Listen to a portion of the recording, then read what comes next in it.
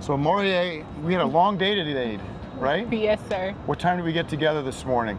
8 o'clock. Like 7:30 or so? Yeah, 7:45, I believe it was. All right. Actually 7:45. So why don't you? So we're going to do a debrief after your day in the surgery today. So Okay. so tell me what you've learned and tell a little bit about your background so it makes sense and what you're planning to do. Yeah, so in October of 2023, I had a spinal fusion with Dr. Hay. And today I was able to shadow him doing a spinal fusion and also doing a revision for a patient. For me, I want to be a medical doctor, but also today I haven't really had interest in surgery, but today allowed me to see a different side of just how surgery works and also like what actually happened to me a couple of months ago. I was able to get more of a visual of the extent of the surgery. Of course, spine surgery isn't something that's just simple, but I was able to actually see like the procedure of it from start to finish.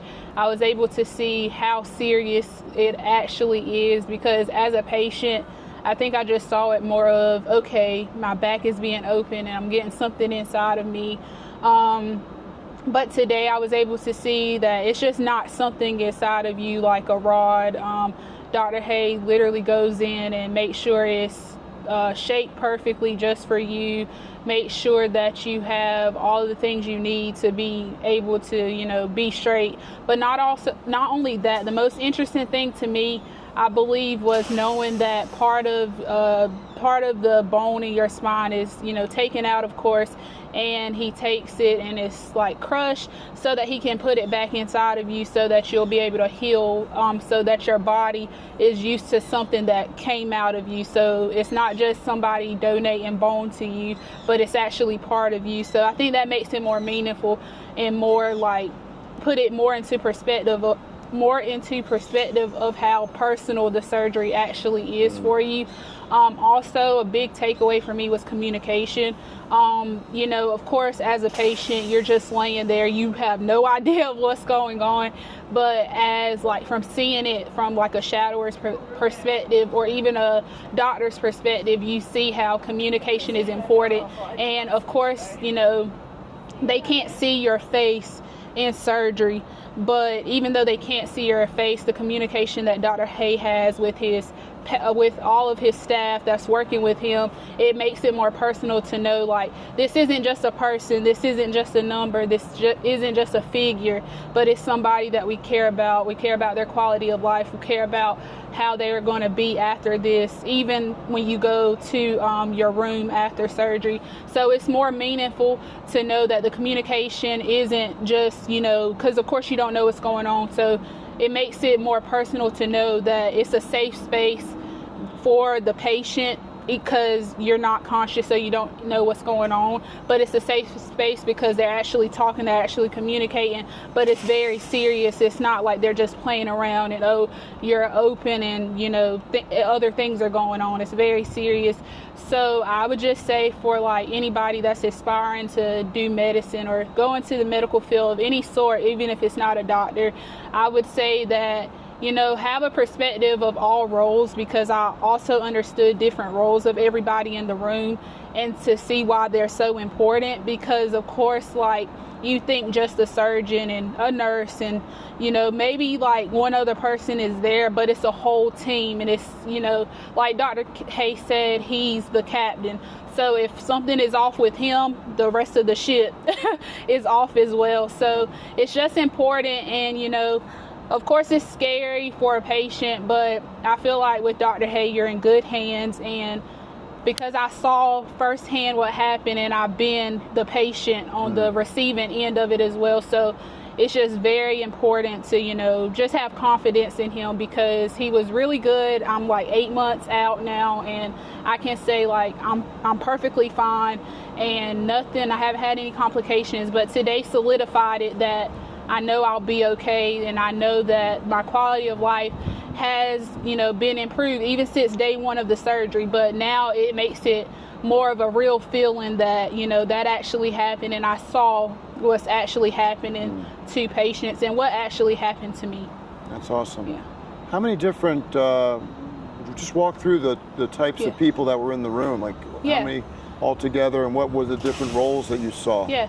So I'll start with the scrubs. Yeah, they it was 2 of them. They were helping Dr. Hayes, so they're giving him equipment, making sure that they're like draining you and everything to be sure that, you know, everything is functioning right. Because of course, like, it's a one-man show in a sense. Like, Dr. Hay has control, but he actually needs other people to help him.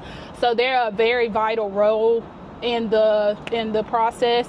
Then you had a CRNA and an SRNA, and of course they're vital because, you know, if they give you too much anesthesia or too little, then it could go bad.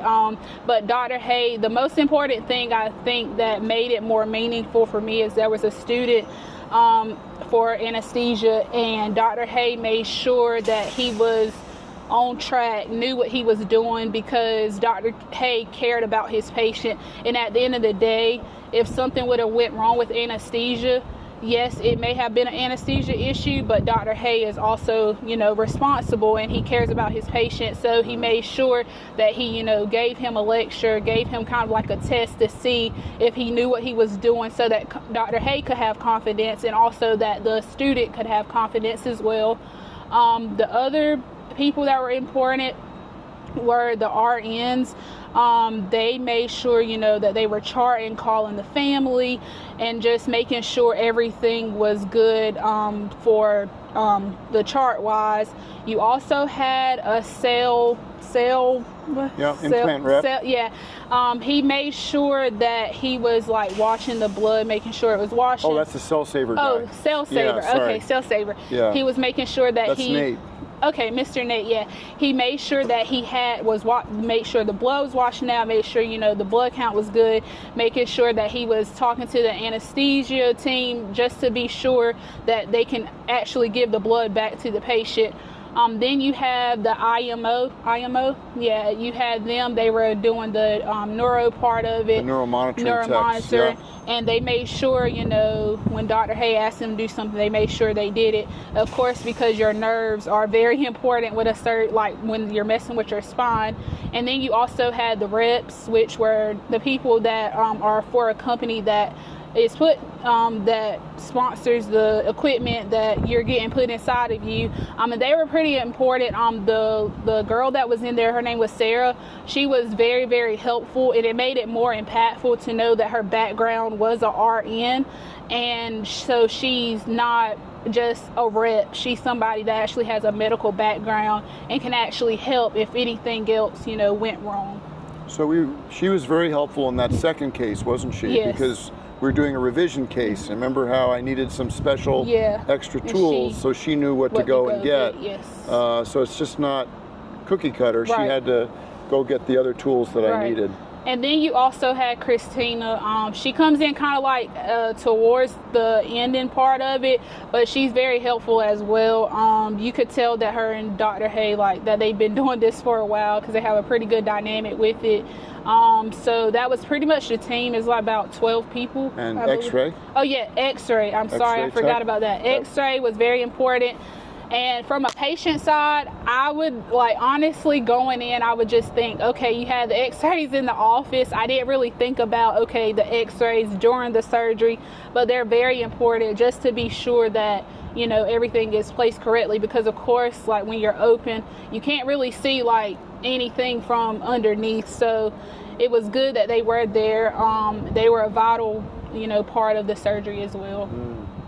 And even though they weren't there was actually 2 other people. The anesthesiologist came in and out. Yes. And then there was a neurologist who was remote. Yes, Dr. Radke. Dr. Radke was for today, and so he's not there, but he's watching the data down in Durham. So all in all, it's about a dozen people were all working together to help that patient. Why don't you talk a little bit about how we used the checklists and where did you see that, you know, and how did we use that? Was that important too? Yes. Or? So the checklist was really important because Dr. Hay uses it from start to finish, literally. He makes sure that, you know, everybody is accountable through the checklist as well. The checklist is actually, you created it. Yeah, right. Dr. Hay created it. And it's a vital part because there's a lot of people that probably just do surgeries and, you know, they're just used to doing it. But, you know, just being used to doing something doesn't mean that you won't do something incorrect. So with that checklist, it holds you accountable. It ensures that you've done all steps. It makes sure that you've done everything humanly possible for that patient, because if you don't do everything in your power as the person that is leading the team, then it looks bad on you because you didn't try your all. So the checklist was very important. Of course, as a patient, I didn't realize, well, I didn't even know there was a checklist, but now that I know that, it makes me feel better because I'm able to know that Dr. Hay actually did everything that he could do. Of course, there's some people that, you know, they do the bare minimum, but he actually does everything in his power that he can do to make sure that your quality of life is better, that you're straighter, and that everything else, you know, is intact. And he makes everybody else accountable as well, because during the checklist, there's a nurse making sure that they read off that list, and each role they have to like agree to, did they do each step. And Dr. Hay also makes sure himself when they flip you over that everything is intact, to ensure that, you know, you're properly suited up and everything that you should be during the surgery. Do you remember that catch that we had at the beginning of the first surgery? Yes, it wasn't. What happened? That was the before turning checklist. Remember that? Before we turned the patient over, I was talking to the SRNA, and it had to do with the mouth, right, and the throat. Yes. Remember that? So there was basically, they were supposed to be the rubber parts on the molars. The bite blocks. The bite blocks, they were supposed to be on the molar, but the CRNA had it over too far, so the tube that was going down wasn't in the right place, or he wouldn't have got the right air that he needed. Right, so we stopped before we turned, and what did we do? We fixed it. Right. So we actually moved the endotracheal tube to the middle, and then we got those bite blocks between the molars, because if we hadn't have done that, he would have bit his tongue. He could have bit his tongue off, which would not have been good. Yeah. So that was called a catch. Gotcha. Do you remember when I actually went underneath the patient? Yes, and what was I checking underneath? He was making sure genitals and abdomen, they were free of pressure. And I think that's a good thing as well, because like, just all in all, as a patient, you don't think about these things. Like, you just don't. It's not something you think about. But to see it done and to know that he cares about all of your body parts being intact, it makes it more of a relieving feeling that even though, you know, you don't know what's going on, people that do know what's going on, they care about what's going on with you. That's right.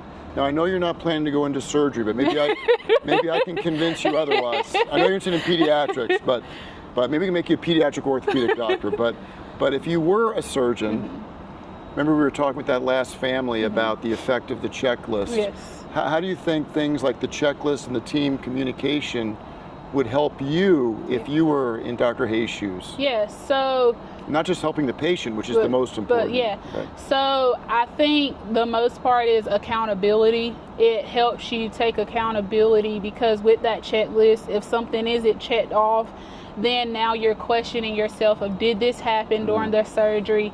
Did we do this? Was it right? Was it incorrect? But if you're doing it as the surgery goes, it makes sure, like, as the doctor, as the person leading it, it lets you know that, okay, I did this, and I know for a fact that this patient was in good hands. So even post-op, that you know, you can refer back to that checklist to say, okay, I know that I did this, and being that I did this, now let's see what else could have been, or what else could have been done, you know, to improve this. I think if you didn't have the checklist, now you're trying to take mental notes on what happened. And honestly, like, as a surgeon, I'm not a surgeon, but I could just imagine, like, you have other things going on in your mind. So trying to reflect back to a surgery, like after having maybe like 3 surgeries already today, it'll be hard to do that. But with that checklist, it keeps you balanced, it keeps you accountable, and it keeps you prioritized just in a sense of keeping everything together. Because if you don't keep things together, a lot of clutter can just make life harder than what it has to be. So that checklist makes it more feasible for somebody to progress as a surgeon, and to make them a better surgeon. Because of course, like, things change, everything changes with time. So of course the checklist may change, maybe it won't, but with Dr. Hay having that, it allows him to know that I did everything that I could do, and being that I did everything that I could do, maybe if something goes wrong, what else can I do, or what else can I add to the checklist? So it keeps him accountable, all in all, and it'll keep a surgeon accountable. If other surgeons use the checklist, I feel like there will be more positive outcomes with surgeries, and it wouldn't be a lot of negative feedback that people do have with surgeries.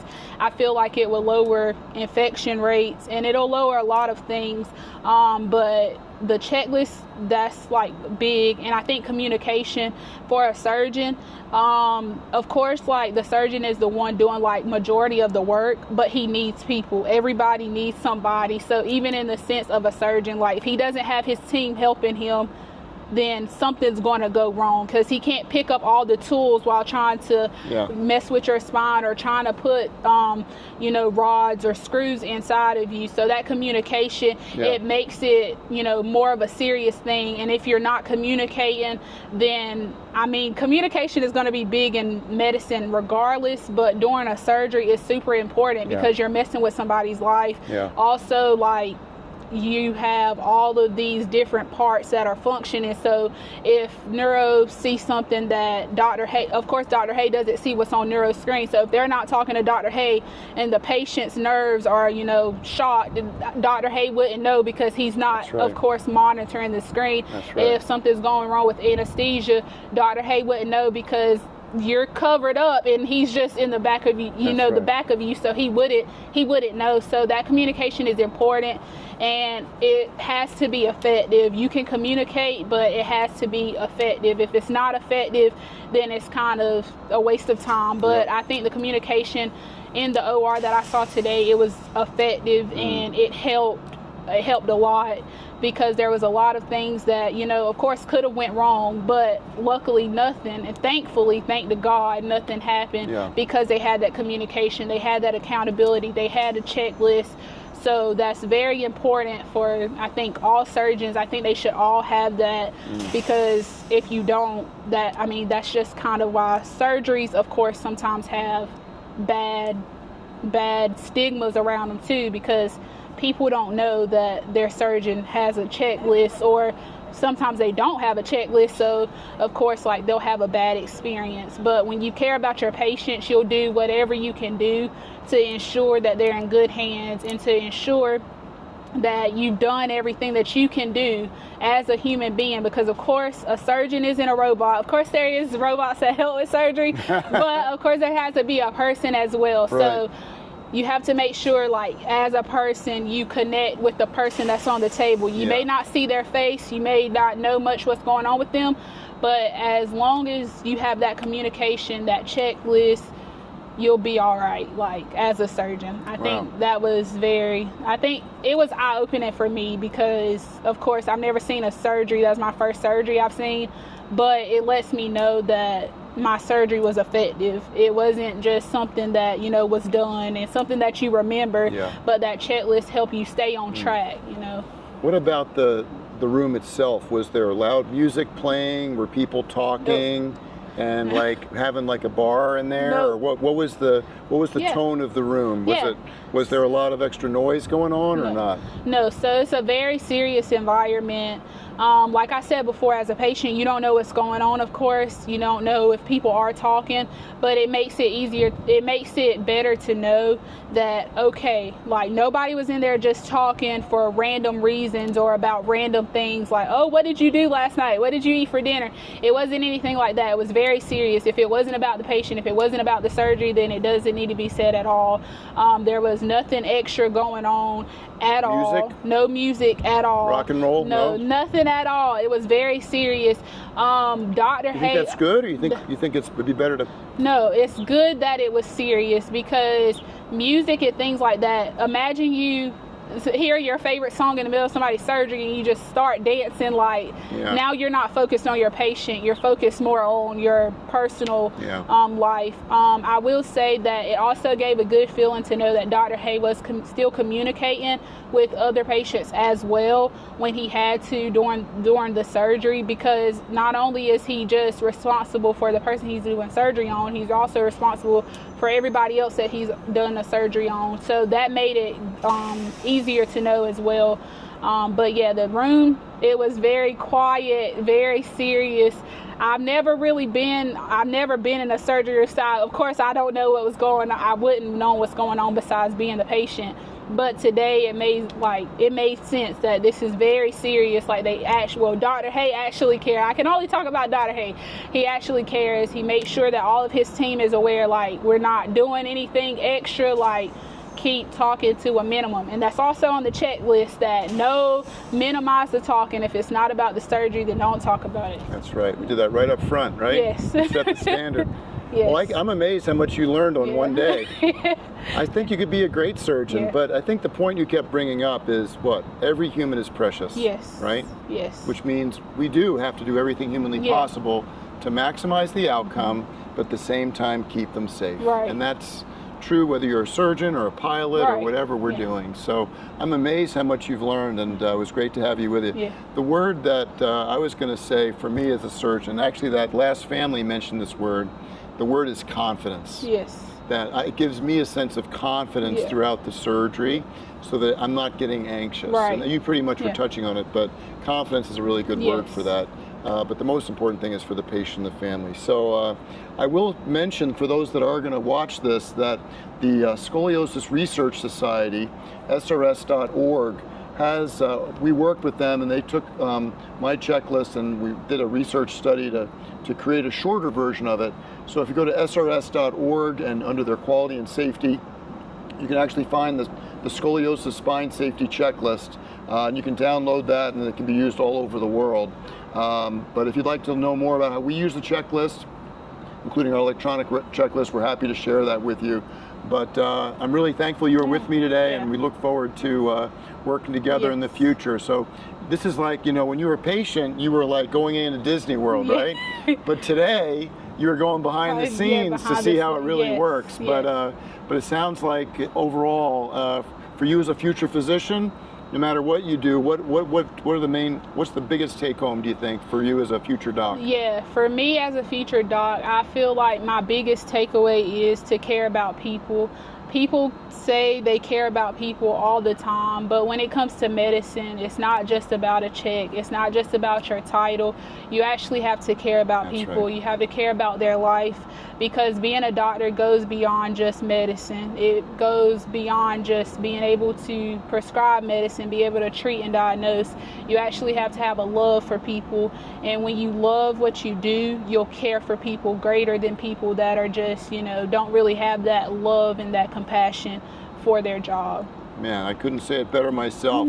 Compassion drives everything else, just like in the Good Samaritan, right?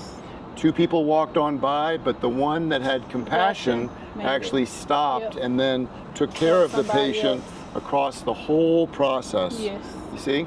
We need modern day Good Samaritans. I'm confident you're going to be one of them. So thanks for spending a day with me, all right? And if it's okay with you, we'll share that, and then hopefully that'll inspire another young doctor. Yes, I hope so. All right, God bless you. And if you want to do medicine, don't be scared. The process is lengthy. I'm going through it now, but don't be discouraged. Always believe in God. He'll always direct your path. He'll always direct your steps. He knows the timing that it needs to be for you. Your journey and your path to medical school won't look like anybody else's. Everybody's journey is different. It may not happen after 4 years of undergrad. It may not even happen the year after a gap year, but just trust your process. If you know if you know that it's what you want to do, always believe in yourself, and always know that good things come to good people that actually believe and that actually have a heart for people. Yeah, absolutely. If you're driven by compassion and not by the paycheck, then it's a life on mission, and then you should be willing to go through even a year or two of gap years. I mean, I've mentored a lot of people, and many don't get in the first year, but virtually all of them get in the second year. But you got to just persevere. Focus on the loving other people. Love your neighbor. All right, that's great. All right, it was a great day together. All right. God bless you. Thanks for sharing. Yes.